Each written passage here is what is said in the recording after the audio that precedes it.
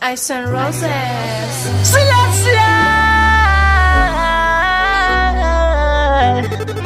Juna Yo King Vibes Audze gore lino tinoda puresha Zvewomwe usafa wamesha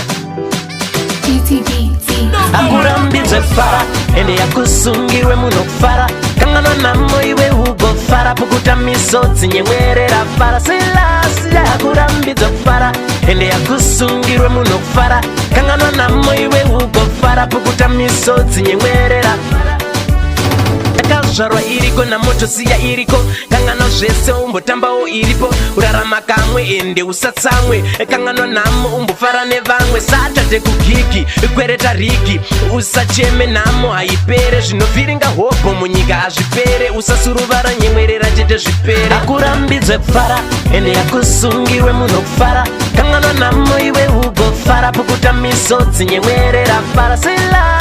akurambidze fara ende yakusungirwe munofara Kanganwa namo iwe ugofara Pukuta misodzi nyemwerera Atisi takatanga nayo namo Kana vabereki vakatokurirambo Tandinongotenda Mwari neupenyu Kutsvaga zvakawanda izvo zvazvekwenyu Usambozesa kubata pressure Ende homwe usafa wamezha Iri weekend gara wageza Zvenhamo usacheuka kana kuzvizeza Akurambidze fara Ende yakusungirwe munofara Kanganwa namo iwe ugofara Pukuta misodzi nyemwerera fara Sila akurambidze fara Ende yakusungirwe munofara Kanganwa namo iwe ugofara Pukuta misodzi nyemwerera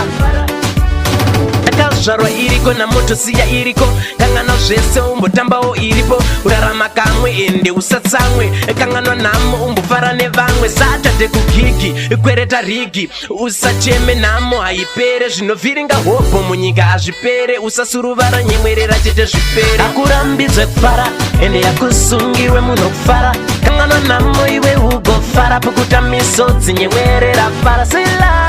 akurambidze fara ende yakusungirwe munofara Kanganwa namo iwe ugofara Pukuta misodzi nyemwerera